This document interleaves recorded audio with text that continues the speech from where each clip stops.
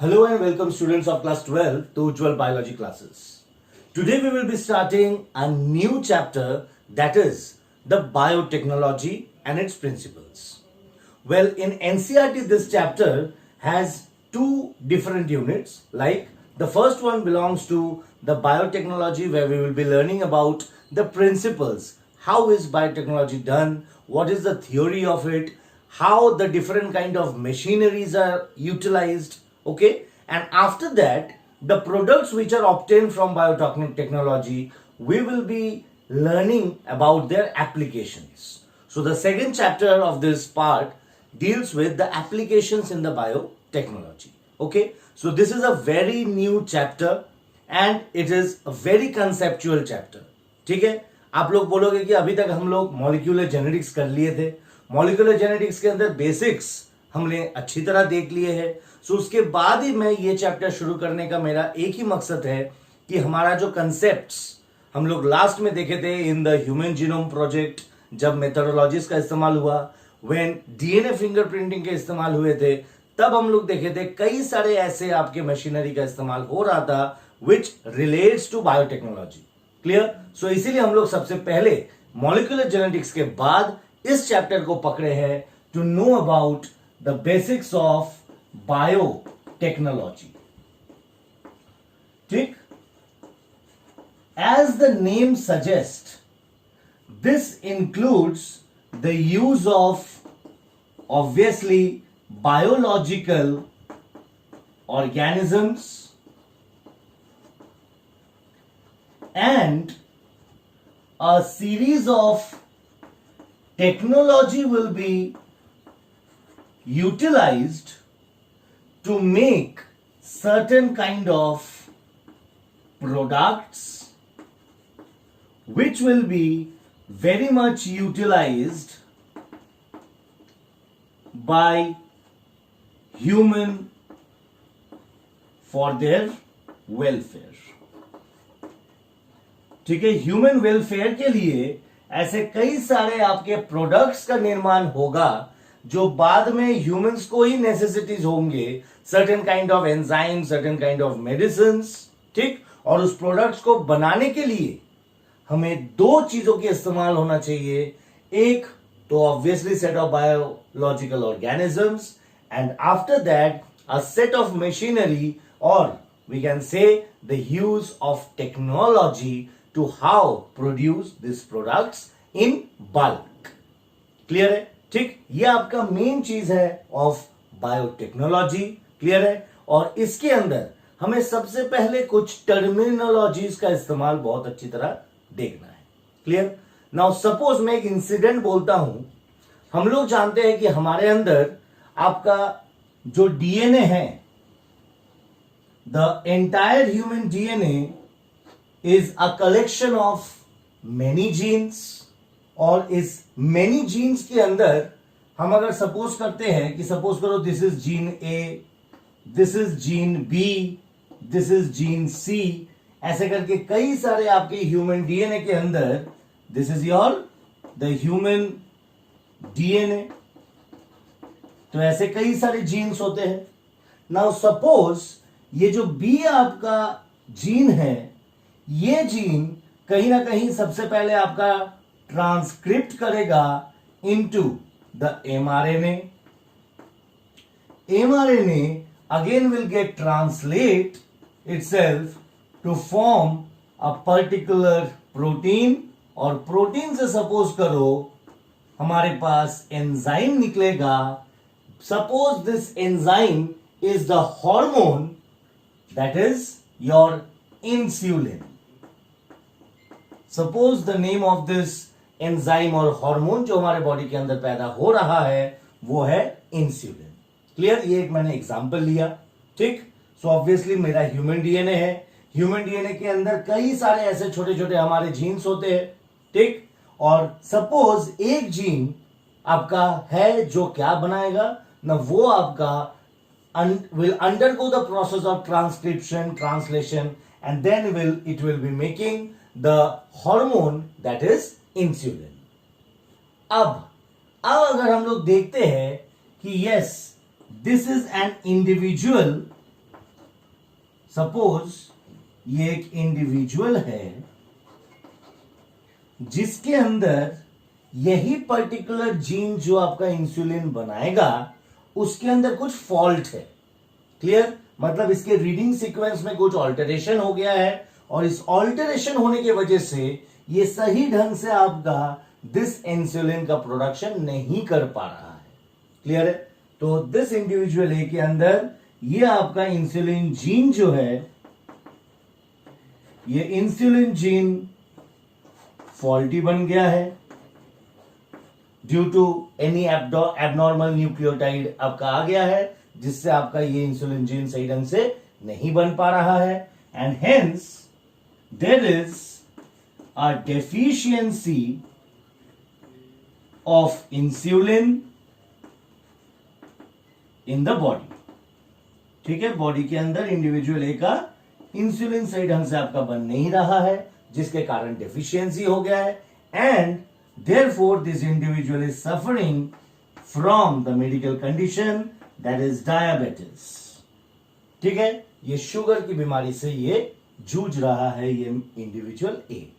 Why so? Because इसके अंदर, इस बॉडी के अंदर जो जीन इंसुलिन पैदा करता है वो जीन के अंदर कुछ आपका फॉल्ट हो गया है जिसके वजह से जो हार्मोन बनना था वो सही ढंग से बन नहीं रहा है और इस डेफिशिएंसी के वजह से आपके इंडिविजुअल ए के अंदर डायबिटीज दिख गया है। क्लियर है? ठीक। सो अब what are the scopes for improvement of this individual a ना? हम लोग इसको बाहर से मेडिकेटेड इंसुलिन देंगे। अब ये जो मैं इसको सपोज करिए from the market available insulin में इसको इंजेक्ट कर रहा हूं। अब ये जो इंसुलिन है obviously this is a product which is derived from something। Clear? तो ये जो इंसुलिन है ये आपका बनाया गया है by a process which is called biotechnology। ठीक है? क्लियर? मुझे पता है कि ये जो इंसुलिन है this is the product which will be given to this individual है। तब because of this gene जो इसका नहीं बन रहा है मैं एडिशनल बाहर से इसको इंसुलिन का इंजेक्शन देता रहूंगा। ठीक? सो इसका जो डेफिशिएंसी है वो कहीं ना कहीं आपका पूर्ति होता रहेगा और धीरे धीरे इसका डायबिटीज जो है वो कंट्रोल रह जाएगा। क्लियर? यहां पर मेरा बात आएगा कि how do we manufacture insulin artificially और कैसे करके उसको हम लोग अलग करके and then we properly made a medicine and we injected into the individual. ये सारे जो टेक्नोलॉजी का इस्तेमाल हो रहा है, ये जो सारे अलग अलग मशीनरी की जरूरत पड़ रहा है, वही चीज हम लोग यहां पर बात करेंगे इन द चैप्टर बायोटेक्नोलॉजी। कोई दिक्कत समझ में आई यहां तक? अब नेक्स्ट हम लोग देखते हैं कि जो मैंने आपको बोला कि कुछ टर्मिनोलॉजी के बारे में हमें अच्छी तरह जानना पड़ेगा। तो टर्मिनोलॉजी के अंदर सबसे पहला जो टर्मिनोलॉजी आएगा यहां पर that is your gene of interest। क्या हो जाएगा? the gene of interest मतलब यहां पर सपोज करो मेरा फॉल्टी, मुझे क्या चाहिए होगा? मुझे इंसुलिन बनाना है। सो इंसुलिन बनाने का इंफॉर्मेशन कहां पे है? In the gene which is present in the human DNA. This particular gene suppose करिए जीन बी है, तो ये जीन बी के पास ह्यूमन इंसुलिन का पूरा इंफॉर्मेशन स्टोर करके रखा हुआ है। अगर क्योंकि आपका ह्यूमन जीनोम प्रोजेक्ट भी आ गया है तो हमें सारा सीक्वेंस पता है कि कौन से सीक्वेंस की वजह से क्या प्रोडक्ट बन सकता है, क्या प्रोटीन बन सकता है, ये सारा हमें पता है। ठीक? सो उस हिसाब से हम लोग अगर देख सकते हैं कि इंसुलिन बनने वाला जो आपका कोड है या आपका जो सेट ऑफ सीक्वेंस होंगे वो क्या है, और अगर वही चीज हम लोग इससे निकाल के, तो ये क्या हो गया? I have to produce this. So ये जो होगा this is my gene of interest. Clear? या इस जीन ऑफ इंटरेस्ट को ही मैं दूसरा नाम दे सकता हूं, we can name it as the passenger gene. Clear? ठीक? और यही जीन को मुझे अब एक ऐसा ऑर्गेनिज्म के अंदर डालना है एक ऐसे ऑर्गेनिज्म के जीनोम के साथ इसको मुझे क्लोन करवाना है जिसका मल्टीप्लिकेशन रेट बहुत हाई हो। अच्छी तरह सुनो, मैंने क्या किया, इस जीन ऑफ इंटरेस्ट को ह्यूमन डीएनए से मैंने अलग किया और इस पोर्शन को मैं क्लोन कर दूंगा विथ द जीनोम ऑफ एक ऐसा ऑर्गेनिज्म जिस ऑर्गेनिज्म का मल्टीप्लिकेशन रेट बहुत ज्यादा है। ऐसा क्यों ना, क्योंकि अगर ये जितने बार मल्टीप्लाई करेगा ना उतना ही बार मेरा ये जीन ऑफ इंटरेस्ट भी उसके साथ साथ मल्टीप्लाई करता जाएगा। समझ में आया? क्लियर?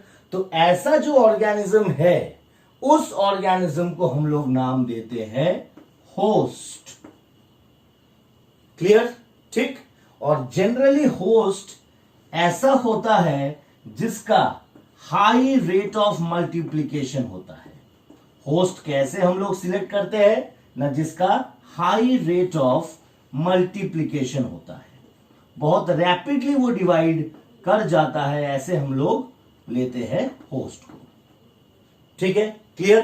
तो जनरली होस्ट जो होता है, यहां पर हम लोग एग्जांपल के तौर पे सपोज करो I have taken a bacteria. Clear?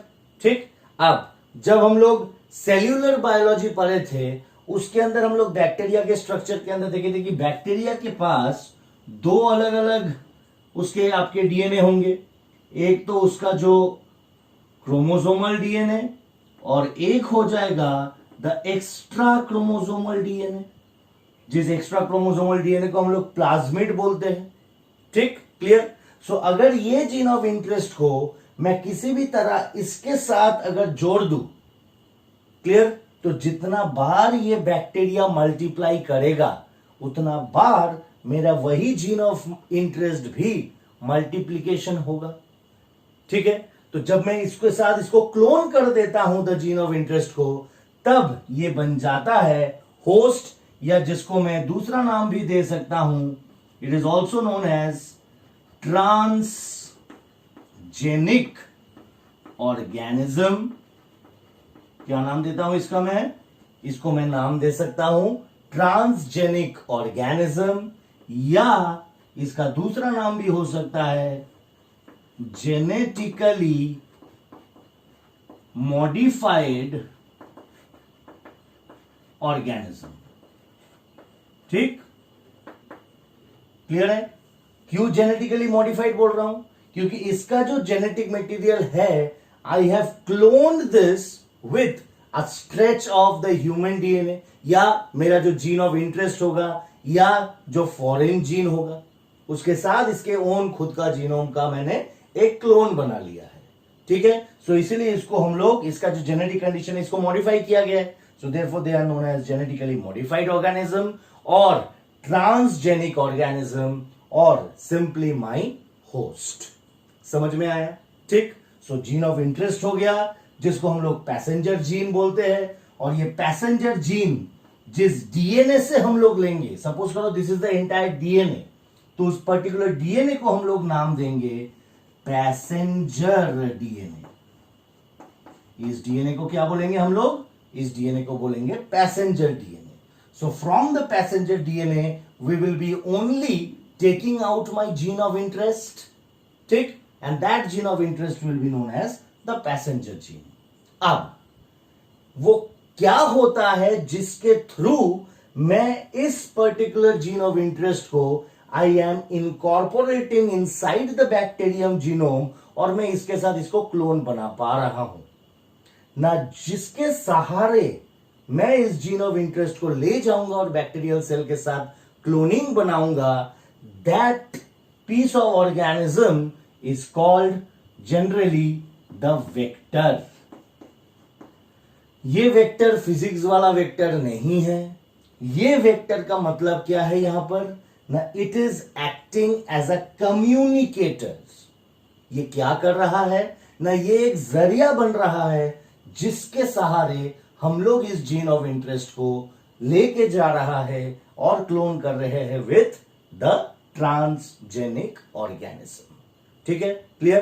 तो ये वेक्टर जनरली हम लोग यूज करते हैं, इसको आप बहुत अच्छी तरह जानते हो, दिस इज अ बैक्टीरियोफेज, मतलब a virus which infects the bacteria.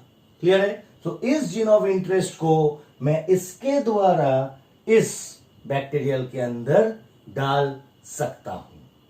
ठीक है? और फाइनली जब हाई रेट ऑफ मल्टीप्लीकेशन होता जाएगा, मेरा अब काम होगा कि इस पर्टिकुलर होस्ट से मेरा जो पीस ऑफ डीएनए है उसको मैं एक्सट्रैक्ट कर लूं या आइसोलेट कर लूं और उसको मॉडिफाई करके ह्यूमन इंसुलिन जैसा होता है वैसे ही आर्टिफिशियली मैंने बना लूं और बना के फिर मार्केटिंग करके उसको मैं अच्छी तरह बेच के और फिर मेरा फाइनल प्रोडक्ट जब हो जाएगा तब उसको मैं ह्यूमन रेस के वेलफेयर के लिए इस्तेमाल करूं एज अ मेडिसिन। समझ में आ गया? ठीक। सो अगर आपको ये चीज अच्छी तरह समझ में आया होगा तो इसके लिए जो जो स्टेप्स जरूरत पड़ेगा कि कैसे करके हम लोग यहां से जीन को अलग करेंगे, कैसे करके उसको वेक्टर के साथ डाला जाएगा, वेक्टर कैसे उसको होस्ट के अंदर डालेगा, होस्ट कैसे करके उसको अलग अलग करके मल्टीप्लाई करेगा, यही सारा चीज हमारा आएगा in the principles of biotechnology. यहां तक समझ में आया? ठीक। अब कुछ रखने वाले पॉइंट्स आपको याद रखने पड़ेंगे कि ये जो बायोटेक्नोलॉजी है, इस बायोटेक्नोलॉजी का father of biotechnology, father of biotechnology की अगर मैं बात करूं तो ये श्रेय जाता है बर्ग करके एक साइंटिस्ट थे। ठीक। He is known as the father of biotechnology. Clear? Berg ने सबसे पहला एक वायरस का जीन था, जो वायरस के जीन का नाम है SV40। ये एक वायरल जीन को क्या किया उन्होंने? दिस वायरल जीन को एक बैक्टीरियोफेज के थ्रू उन्होंने एक बैक्टीरिया के अंदर सबसे पहले क्लोनिंग करवाया था। ठीक। तो दोबारा सुन लीजिए, फादर ऑफ बायोटेक्नोलॉजी हम लोग बोलते हैं बर्ग को, और Berg was the first one to having cloned a viral gene named SB40, जो उसने एक बैक्टीरियोफेज को वेक्टर बनाते हुए उसने इनकॉर्पोरेट कर दिया था to a host that is your the bacterium. Clear है? ठीक। यहां तक आपको थोड़ा सा याद रखना है और अब इसके बाद हम लोग चलेंगे और कुछ स्टेप्स देखेंगे। ठीक। कि कैसे करके क्या क्या हम लोग जो मशीनरीज की बात कर रहे थे, क्या क्या मशीनरीज की जरूरत पड़ रहा है in understanding the biotechnology. So let's begin. सबसे पहले इंपॉर्टेंट स्टेप्स के अंदर हमने देखा था कि एक आपका ह्यूमन डीएनए होगा जिसको हम लोग पैसेंजर डीएनए भी बोलेंगे, और इस पैसेंजर डीएनए से हमें लेना है अपना जीन ऑफ इंटरेस्ट। सो ये जो पैसेंजर डीएनए होगा ये कहां पर होगा? Obviously it will be inside the chromosome. और क्रोमोसोम कहां पे होगा?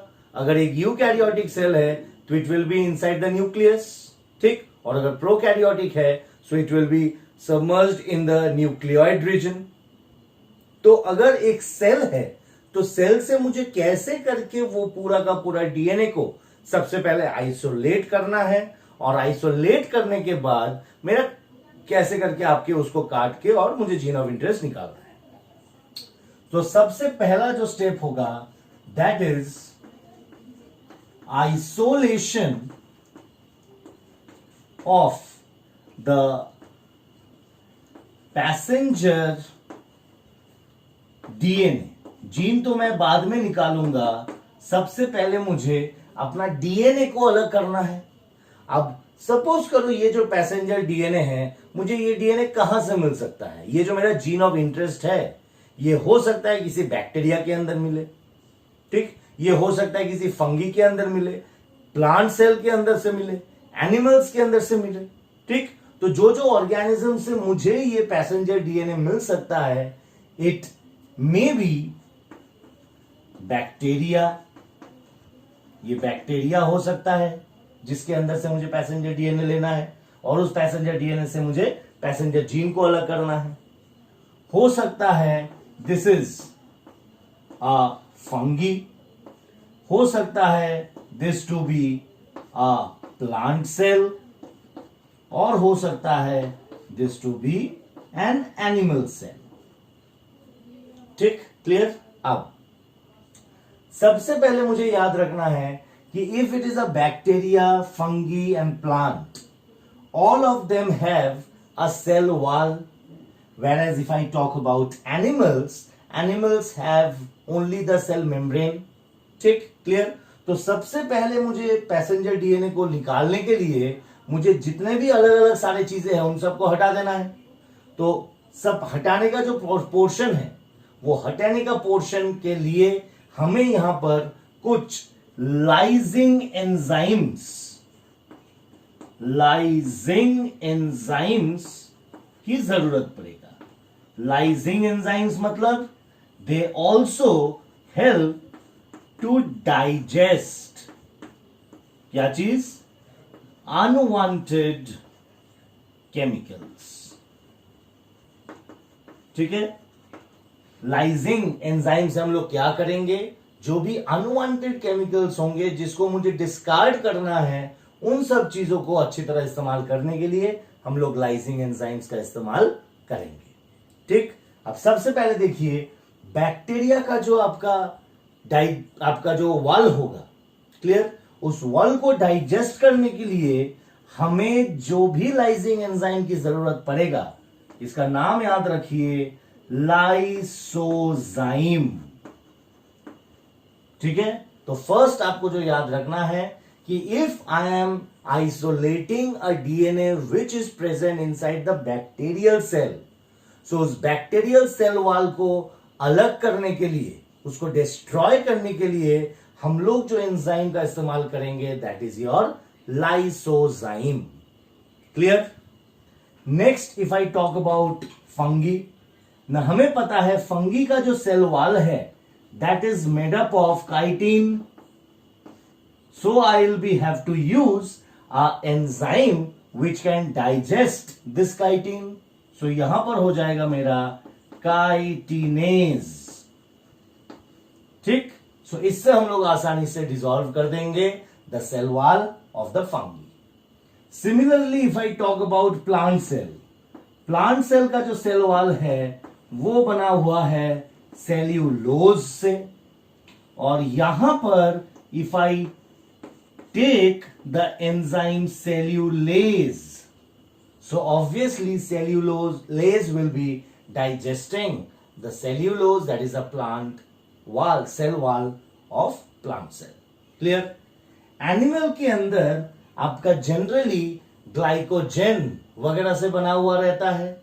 ठीक, और कोई सेल वॉल तो होता नहीं है इसके अंदर। क्लियर है, यहां पर सिर्फ सेल मेम्ब्रेन है। सो सेल मेम्ब्रेन को डिस्टर्ब करने के लिए, to destroy the cell membrane, generally we use any detergent। किस चीज का इस्तेमाल करते हैं हम लोग डिटर्जेंट का इस्तेमाल करते हैं for disrupting the cell membrane. Clear है। ठीक, तो मेरा सबसे पहला स्टेप आइसोलेशन का आपका हो जाएगा, जहां पे उसका आउटर बाउंड्री मुझे अलग करना है। अब अगर आउटर बाउंड्री मुझे अलग कर लिया है, तो be it a prokaryotic cell और be it any eukaryotic cell, एक चीज कॉमन होगा कि सपोज करो I have taken all this things inside a test tube. तो एक सेल के अंदर क्या क्या हो सकता है? हो सकता है प्रोटीन, हो सकता है फैट, हो सकता है आपका कार्बोहाइड्रेट्स, हो सकता है आरएनए, हो सकता है सेल ऑर्गेनेलीज। सेल है तो ऑब्वियसली सेल ऑर्गेनेलीज भी होंगे। एंड फाइनली हमें जो चाहिए होगा that will be the DNA. ये सारा चीज हमें कहां पर मिल रहा है? इन सेल से मिल रहा है। तो इन सब को मुझे ले लिया किसके अंदर, एक टेस्ट ट्यूब के अंदर, और मुझे क्या करना है, मुझे सिर्फ और सिर्फ ये जो डीएनए है, इस डीएनए को यहां से अलग करना है। सो इसके लिए हम लोग क्या करेंगे ना, इसके लिए सपोज अगर प्रोटीन है, so I will be using the lysing enzyme protease. तो जैसे ही प्रोटीएस मैंने डाला, ये सारे के सारे प्रोटीन गायब हो गए। जैसे ही मैंने लाइपेज एंजाइम डाला, जितने भी फैट्स थे ये सारे डिसॉल्व हो गए। जैसे ही मैंने कार्बोहाइड्रेज डाल दिया, जितने भी मेरे ग्लूकोज या स्टार्च लाइक कंपाउंड्स थे सबके सब डाइजेस्ट हो गए। बचा रहा मेरा सेल ऑर्गेनेलीज और आरएनए। सेल ऑर्गेनेलीज को डाइजेस्ट करने के लिए भी मैं इस्तेमाल करूंगा प्रोटीएस एंजाइम का, और ऑब्वियसली आरएनए को डाइजेस्ट करने के लिए मैं इस्तेमाल करूंगा आरएनएज एंजाइम का। ठीक, सो इन सब एंजाइमों का जब मैं इस्तेमाल कर लेता हूं, तब मेरे पास एक तरफा ये सारा चीज उस पर्टिकुलर सेल से हट जाता है, और जो बचा हुआ रहता है, this is my DNA. Clear, जो कि मेरा एक पैसेंजर डीएनए है। क्लियर, बिकॉज मेरा जो जीन ऑफ इंटरेस्ट है वो इसी डीएनए के अंदर छुपा हुआ है। क्लियर, तो बट इससे लिए सबसे पहले मुझे डीएनए को आइसोलेट करना पड़ेगा। अब जब ये सारा हट गया, by the use of respective lysing enzymes, I am left with the DNA. अब इस डीएनए के अंदर मुझे टेस्ट ट्यूब के अंदर डालना पड़ेगा। जैसे मैं डालता हूं चिल्ड अल्कोहल, जैसे मैं यहां पे चिल्ड अल्कोहल डालता हूं, ये जो डीएनए है ये यहां पर आपका प्रेसिपिटेट बन जाता है। This forms a precipitate and it settle down at the bottom of the test tube. Clear है? ठीक, सो इस टेस्ट ट्यूब से ये जो प्रेसिपिटेट होकर रखा हुआ है, इसको मुझे बाहर निकालना है बाय द प्रोसेस, जो हम लोग और अच्छी तरह बाद में पढ़ेंगे। यहां पे सिर्फ नाम याद रख लो, by the process of spooling. ठीक, so spooling is the process by which after precipitation of the DNA with the treatment of chilled alcohol, when I take it out of the test tube, that process is called spooling of the DNA. Clear है? ठीक, तो चलिए एक बार फिर से देख लेते हैं। हम लोग पढ़ रहे हैं the different steps of biotechnology, जिनके अंदर सबसे जो पहला स्टेप होगा, that is to get my gene. और वो जीन कहां पर होगा? Inside the DNA. So first step हो जाएगा कि कैसे करके उस पर्टिकुलर ऑर्गेनल से या ऑर्गेनिज्म से, जहां से मुझे वो जीन ऑफ इंटरेस्ट चाहिए होगा, वहां से कैसे करके मुझे वो पैसेंजर डीएनए या मेरा जो प्रॉपर डीएनए होगा उसको कैसे करके आइसोलेट करें। तो जनरली ये जो पैसेंजर डीएनए होगा, ये मुझे किसी बैक्टीरियल सेल या किसी फंगल सेल या किसी प्लांट सेल और या किसी एनिमल सेल से मिल सकता है। ठीक, जैसे ह्यूमन इंसुलिन बनाने के लिए जो मुझे आपका जीन ऑफ इंटरेस्ट मिला था, that was obviously inside the human being, so it was an animal cell. Clear? ठीक, सो ये जो बैक्टीरिया से अगर मुझे लेना है, तो फर्स्ट स्टेप होगा कि जिनके अंदर आपका सेल वॉल रहता है, उनके सेल वॉल को डाइजेस्ट किया जाए। ठीक, जिनके अंदर सेल मेम्ब्रेन है, तो वो आपके सेल मेम्ब्रेन को डाइजेस्ट कर दिया जाए। इनसाइड द सेल जो भी चीजें होंगे, B it the protein, fat, carbohydrate, RNA, cellular organelles, ये सब को हम लोग डाइजेस्ट करने के लिए कौन सा एंजाइम का इस्तेमाल करते हैं? We use the lysing enzymes. Clear? So यहां पर कुछ नाम आपको याद रखना है। बैक्टीरिया को डिसॉल्व करने के लिए लाइसोजाइम, अगर मैं फंगी की करता हूं तो काइटिनेज, अगर प्लांट का करता हूं तो सेल्यूलेज, और एनिमल का करता हूं जिसके अंदर सेल मेम्ब्रेन होगा सिर्फ, so I will be using detergent.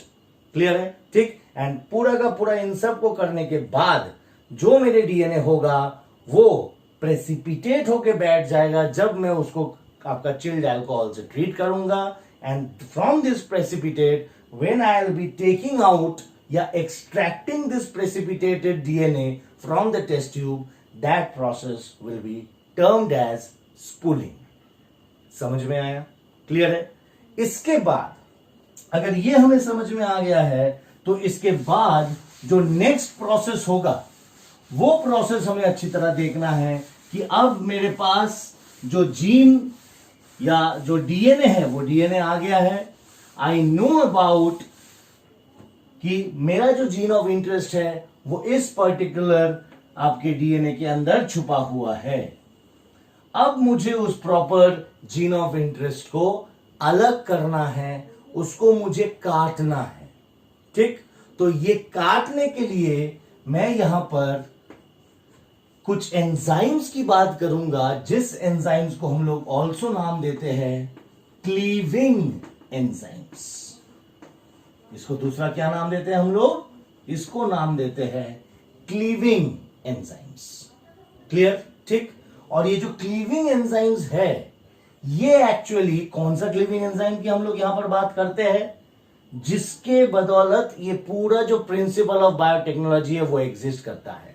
अगर ये क्लीविंग एंजाइम्स ना होता तो ये जो प्रिंसिपल्स ऑफ बायोटेक्नोलॉजी हम और आप पढ़ रहे हैं ये एग्जिस्ट ही नहीं करता.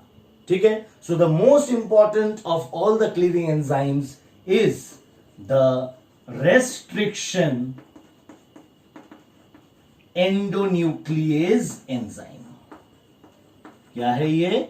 मैं ये रेस्ट्रिक्शन एंडोन्यूक्लिएज एंजाइम है जिसको क्या क्या नाम दिया जाता है? एक तो नाम आप पहले से जानते हो, they are also called the molecular scissors. इसको मॉलिक्यूलर सीजर्स भी बोला जाता है. क्यों? बिकॉज जो डीएनए मॉलिक्यूल है उसको काटने के लिए आपका इस्तेमाल होता है ये रेस्ट्रिक्शन एंडोन्यूक्लियस. क्लियर? इसको और दूसरा नाम दिया जाता है, that is the knife of genetic engineering भी इसको बोला जाता है. ठीक, क्लियर है? सो ये जो मेरा रेस्ट्रिक्शन एंडोन्यूक्लियस है इसको मॉलिक्यूलर सीजर्स तो बोलते ही है हम लोग, साथ साथ इसको हम लोग नाइफ ऑफ जेनेटिक इंजीनियरिंग भी बोलते हैं. So be it the scissors, be it the knife, both are used for cutting the passenger DNA to get the gene of interest और द पैसेंजर जीन. समझ में आया यहां तक? कोई दिक्कत? क्लियर?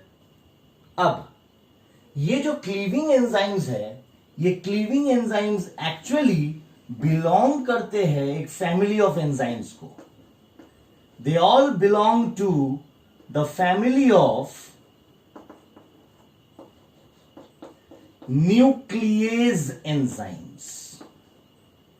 ठीक, न्यूक्लिएज मतलब RNAs, DNAs, they are all nuclease enzyme which are used to digest or cut the genetic material या nucleic acid.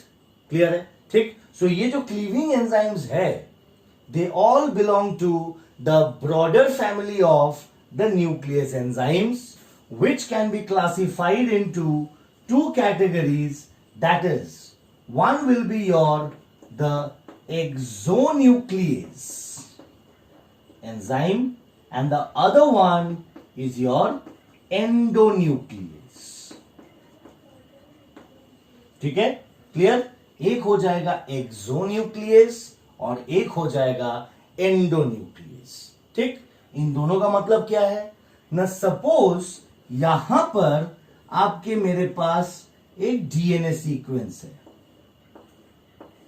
Suppose this is a DNA sequence. This is 5 prime to 3 prime and this is again 5 prime to 3 prime. If I am taking the endonuclease to be a exonuclease, मेरा cleaving enzyme क्या है यहां पर? I am taking exonuclease. तो एक्सो का मतलब ही है बाहर, एग्जिट. तो ये क्या करेगा? ये कट लगाएगा फ्रॉम द टर्मिनल एंड्स. कहां से काटेगा? ये बीच को तो बिल्कुल छोड़ देगा, ये टर्मिनल एंड्स में कट लगाएगा। ठीक, सो यहां पर मैं लिख सकता हूं it cuts at terminal ends. जो एक्सोन्यूक्लियस होगा वो exonuclease generally it will B cutting at the terminal ends. ठीक है, सो इसको हम लोग नाम देते हैं एक्सोन्यूक्लियस। ठीक है, और अगर मैं एंडोन्यूक्लियस की बात करूं, suppose again I have the same strand of DNA, this is my 5 prime to 3 prime and this is 5 prime to 3 prime. ये क्या करेगा ना, ये एक कट लगाएगा इधर, दूसरा कट लगाएगा इधर, मतलब बिल्कुल बीचों बीच से ये काट रहा है, अंदर से काट रहा है। ठीक है, क्लियर। सो इसको हम लोग नाम देंगे मिडवे कटिंग। क्या नाम देंगे इसको? इसको हम लोग नाम दे देंगे मिडवे कटिंग ऑफ एंडोन्यूक्लियस। समझ में आया? दोबारा देखिए, we are studying about cleaving enzymes and the most important cleaving enzymes which has led to the foundation of this chapter biotechnology, that is your restriction endonuclease। और restriction endonuclease को हम लोग और भी दो नाम से जानते हैं, एक molecular scissors और दूसरा knife of the genetic engineering। Clear है? ठीक, बोथ आपके ये जो क्लीविंग एंजाइम्स है, actually they belong to a broader category of enzymes, that is the family of nuclease enzymes which deal with the digestion or cutting of the entire nucleic acid। अब ये जो cleaving enzymes है, generally they are of two types। One will be your exonuclease which cut a DNA strand terminally from the ends, और एक हो जाएगा endonuclease which cuts the DNA strand from midway junction। Clear है? हम लोग यहां पर एंडोन्यूक्लियस की अच्छी तरह बात करेंगे, और जो एंडोन्यूक्लियस हम लोग यहां पर इस्तेमाल करते हैं उसको हम लोग नाम देंगे द रेस्ट्रिक्शन एंडोन्यूक्लियस। ठीक, हम लोग यहां पर जो नाम देंगे वो है द रेस्ट्रिक्शन एंडोन्यूक्लियस। अब ये जो रेस्ट्रिक्शन एंडोन्यूक्लियस है, इसका रेस्ट्रिक्शन का मतलब क्या है? What do we mean by the word restriction? ना, इसका एक रिकॉग्निशन साइट है, या जिस साइट को हम लोग नाम दे सकते हैं the restriction site. It always cut the passenger DNA और the entire DNA from a restriction site, और इसका जो रेस्ट्रिक्शन साइट होगा इसको हम लोग पैलिंड्रोमिक साइट भी बोल सकते हैं। इसको हम लोग पैलिंड्रोमिक साइट भी बोल सकते हैं। Now what do we mean by palindromic site? Palindromic site या रेस्ट्रिक्शन साइट आपका एक ऐसा साइट होगा which will be read the same from both the ends। Suppose if I write a name over here, that is Malayalam।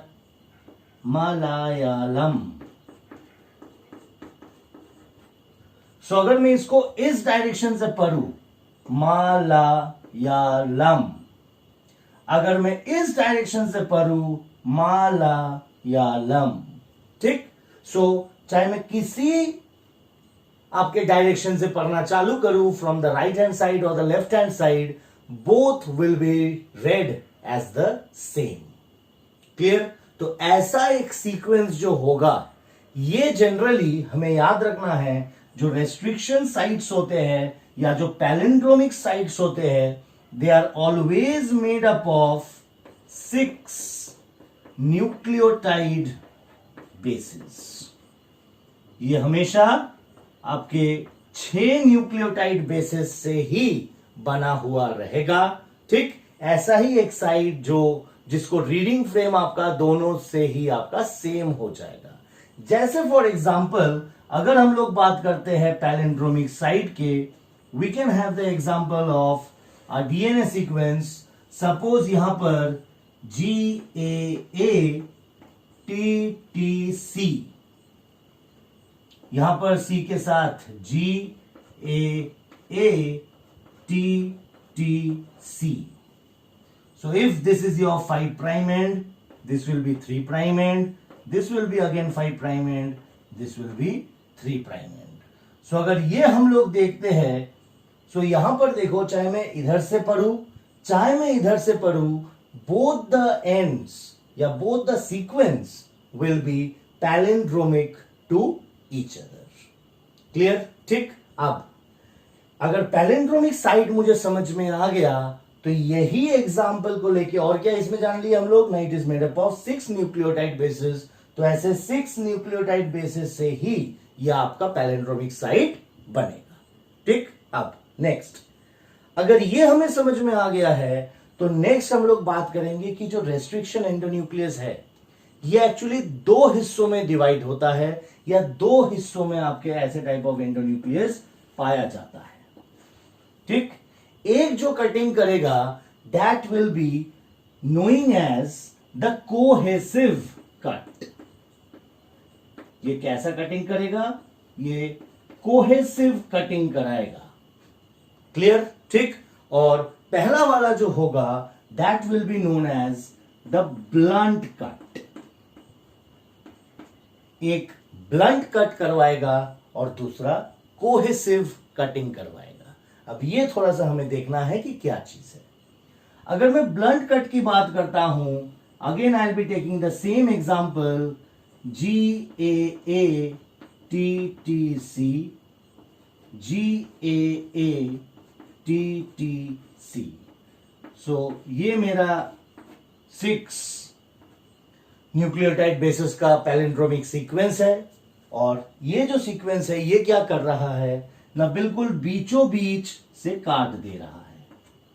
So obviously इसके बाद हमें जो मिलेगा, हमें यहां पर 2 अलग अलग स्ट्रेचेस मिल जाएंगे. यहां पे 2 अलग अलग स्ट्रेचेस या फ्रैगमेंट्स मिल जाएंगे. एक के अंदर रह जाएगा GAA और दूसरे के अंदर रह जाएगा CTT और यहां पर मेरे पास CTT ऊपर रह जाएगा और यहां पे GAA. So if this is your 5 prime to 3 prime and this is your 5 prime to 3 prime, here it will be the 5 prime to 3 prime whereas 5 prime to 3 prime.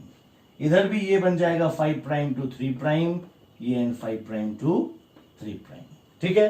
सो ऐसा जहां पे आपका बिल्कुल कट लगता है बीचों बीच से उसको टोटली अलग कर देना. इस type of cutting made by the restriction endonuclease is known as the blunt cut. Clear? Now if I talk about cohesive cutting, यहां पर हमें थोड़ा देखना है. Suppose I am drawing the same sequence once again. यहां पर GAA TTC और यहां पर GAA TTC. So यहां पर अगर मैं देखूंगा ये क्या करेगा कोहेसिव कटिंग के अंदर, एक तो कट लगाएगा यहां पे, दूसरा कट लगाएगा इधर और ऐसे करके बीचों बीच ये काट देगा.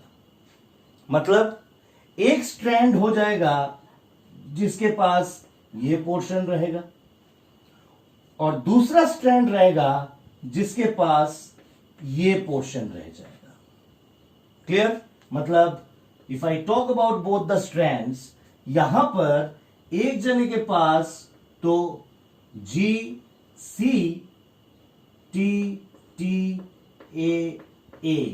ऐसा एक स्ट्रैंड मिल गया है.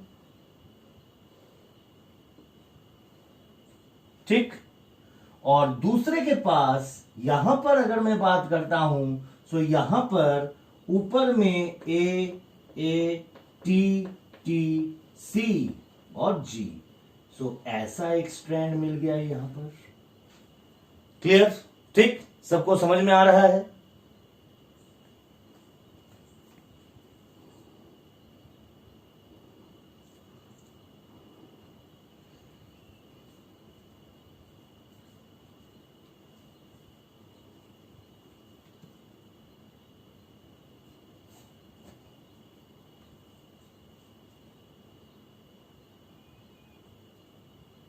सो यहां पर आप देखो कि ऐसे आपके दो अलग अलग डीएनए स्ट्रैंड्स मिल गया है।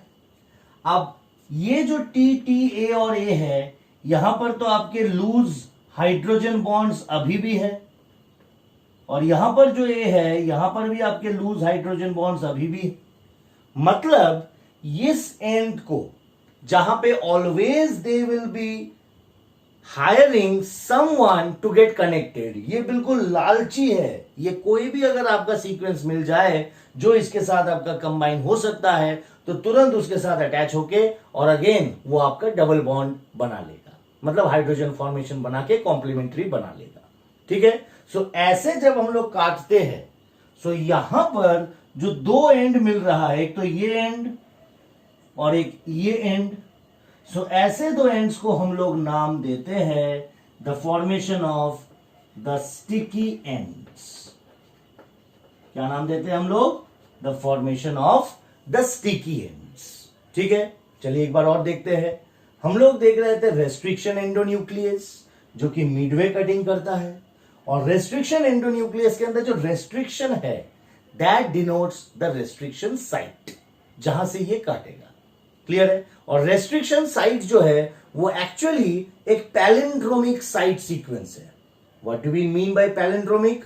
Which can read both same, आपका जब भी जिस डायरेक्शन से भी मैं पढ़ूं वो आपका सेम रीड आउट करता है। फिर सबसे बेस्ट एग्जांपल मलयालम। क्लियर है। ऐसे ही अगर मैं सीक्वेंस की बात करूं, so if I read the sequence GAATTC from this side, now if I go and move from this side, then again the reading frame will be the same, that is GAATTC will be read from this end also. कोई दिक्कत? Clear. अब अगर मैं यहां पर endonuclease की बात करूं, so endonuclease will be two types. One which will be making a blunt cut, मतलब यहां पर कोई भी देखो आपके, क्योंकि यहां पर भी आपके सारे के सारे कॉम्प्लीमेंट्री बेस पेयर सेम है, सो यहां पर no sticky ends are produced. In the blunt cut no sticky ends are produced. There are no sticky ends. Whereas if I talk about cohesive cutting, यहां पर क्या कर रहा है, दोनों एंड के बीचों बीच काट के और सेंटर से ये आपके जो हाइड्रोजन बॉन्ड्स है उसको अलग कर दिया है।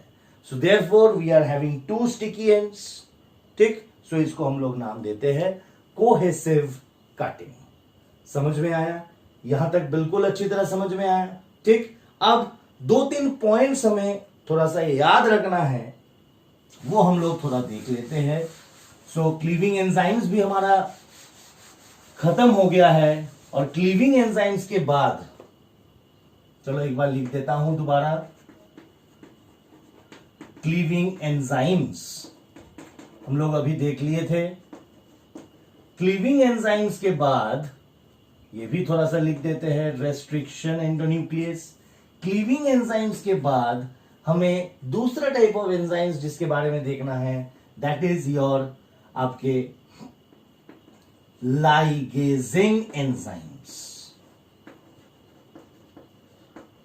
और लाइगेजिंग एंजाइम्स को हम लोग जनरली दूसरा नाम देते हैं, they are also known as genetic glue. इसको क्या नाम दिया जाता है? इसको जेनेटिक ग्लू भी बोला जाता है। ग्लू का मतलब क्या है? Family of Fevicols. ठीक। जो कि स्टिक या अटैच करने में मदद करता है। सो ये आपका दो तीन फ्रैगमेंट्स ऑफ डीएनए को एक साथ जोड़ने के लिए, दोबारा formation of the hydrogen bonding करवाने के लिए आपका मेनली जिम्मेदार होगा द लाइगेजिंग एंजाइम। ठीक। और इसको हम लोग नाम देते हैं जेनेटिक ग्लू।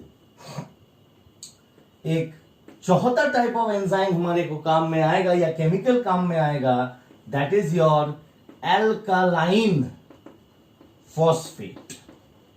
ये एल्कालाइन फॉस्फेट का क्या काम है? मैंने अभी आप लोगों को यहां पर स्टिकी एंड्स की बात किए थे जब हम लोग कोहेसिव कटिंग कर रहे थे, और स्टिकी एंड्स जो प्रोड्यूस हो रहा है, आप खुद सोचिए, they will have a tendency to come close to each other and get again hydrogen bond बना के और अगेन आपका एक compact DNA double stranded structure बना लेने का। ठीक। बट ये क्यों नहीं कर सकता है? बिकॉज जब हम लोग ये कोहेसिव कटिंग करते हैं, कोहेसिव कटिंग करने के बाद we treat this cuts with the chemical alkaline phosphate. ठीक है, सो ये एल्कलाइन फॉस्फेट का जो मेन काम होगा वो याद रखो, दे विल बी प्रिवेंटिंग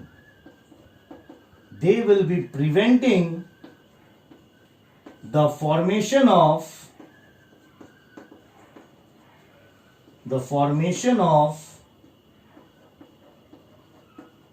unwanted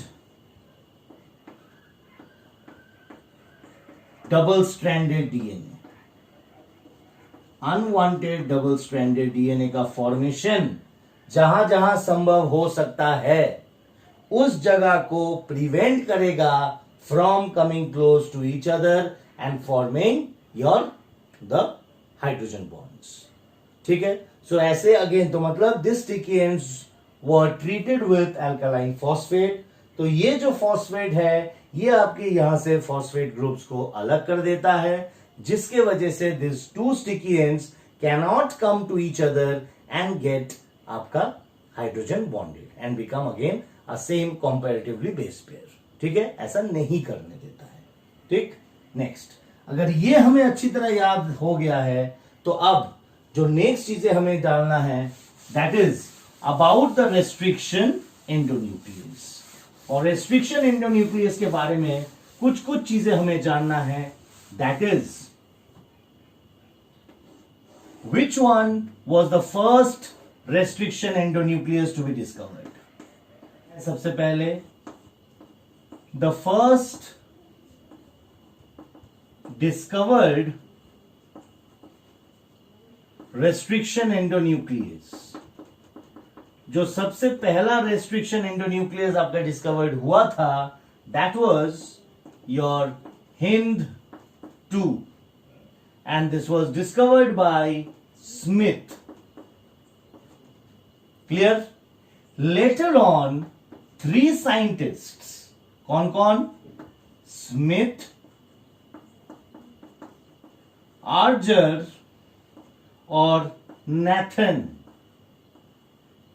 ये तीनों आपको एक दूसरा आपका एंडोन्यूक्लियस एंजाइम बनाया था, that was EcoR1, and due to the discovery of EcoR1 these three received the Nobel Prize for their work on biotechnology।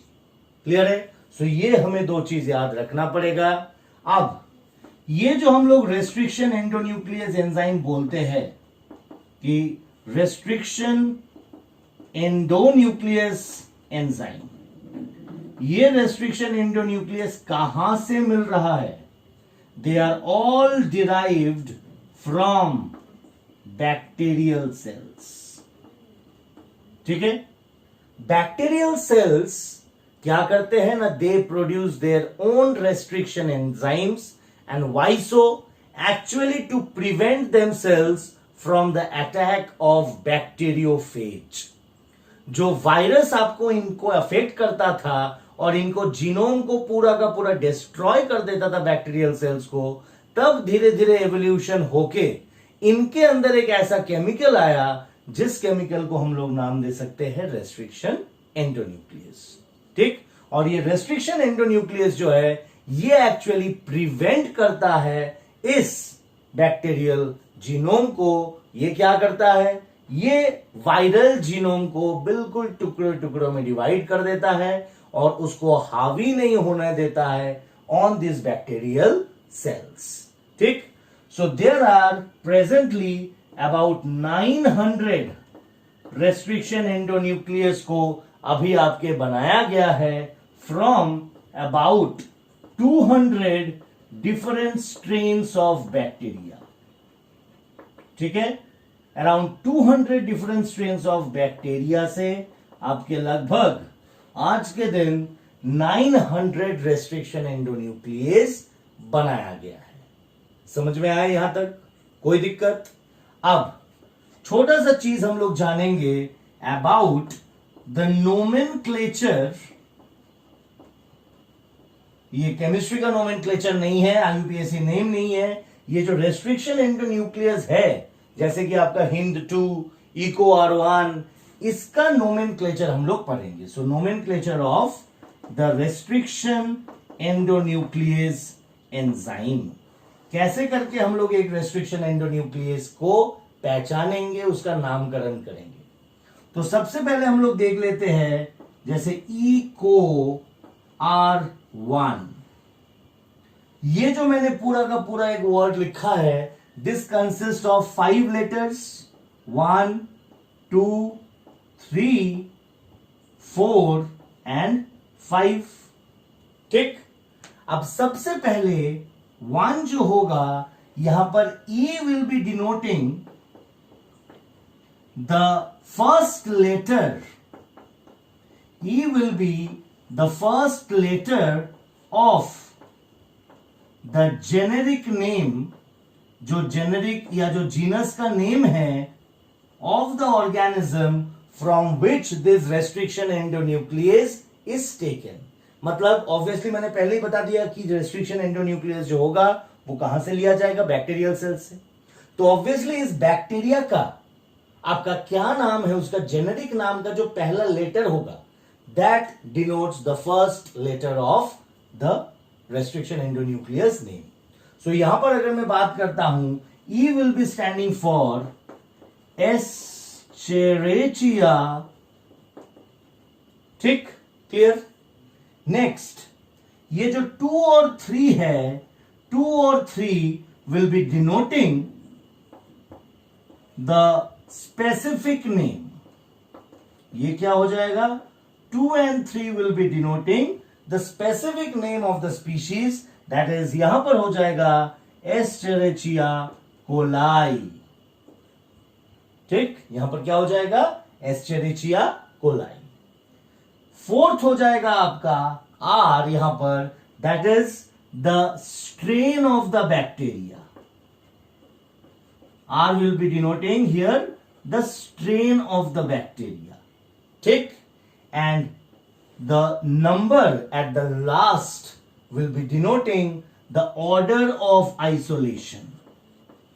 Order of isolation मतलब क्या है, सपोज ये एस्चेरिचिया कोलाई जो है, this is a bacterium which produces X1 restriction endonuclease, X2 आपका restriction endonuclease और X3 restriction endonuclease. ठीक, अब अगर यहां पर मैंने 1, 2 और 3 लिख दिया, मतलब क्या है, अगर E को R3 हो गया, सो इसका मतलब है कि ये जो X3 आपका रेस्ट्रिक्शन एंडोन्यूक्लियस एंजाइम है, ये कब किसके बाद हुआ है ना, पहले 1 हो गया, उसके बाद 2 हो गया, and after that this X3 was extracted from the bacterium E. coli।